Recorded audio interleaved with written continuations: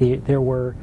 approximately half a dozen activities that were not very strongly correlated with the key outcome measures that we looked at, which again were: do these practices lead to more leaders, better quality leaders, to fill an organization's pipeline for the future?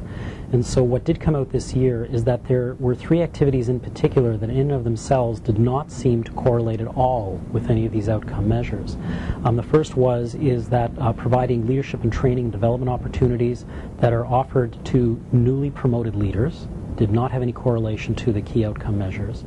We also know that assessment centers that are solely focused for leadership development, in particular at mid-level managers, in and of themselves are not highly correlated with any of these key outcome measures. And third, and we found this particularly interesting, is that individual coaching for your high potentials did not correlate positively with any of the key outcome measures. So what this really says to us, and it ties back to the point around the 3 practices that do have the most amount of impact, is that it is not necessarily that these interventions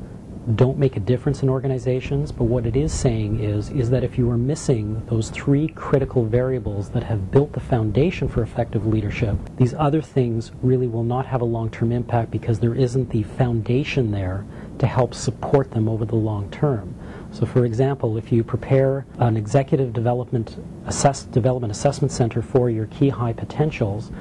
you've got wonderful development plans in place for these people, but there is not the context there to support them after the development center or to provide accountability for leaders to ensure that those development plans are being actioned, they won't have any long-term impact.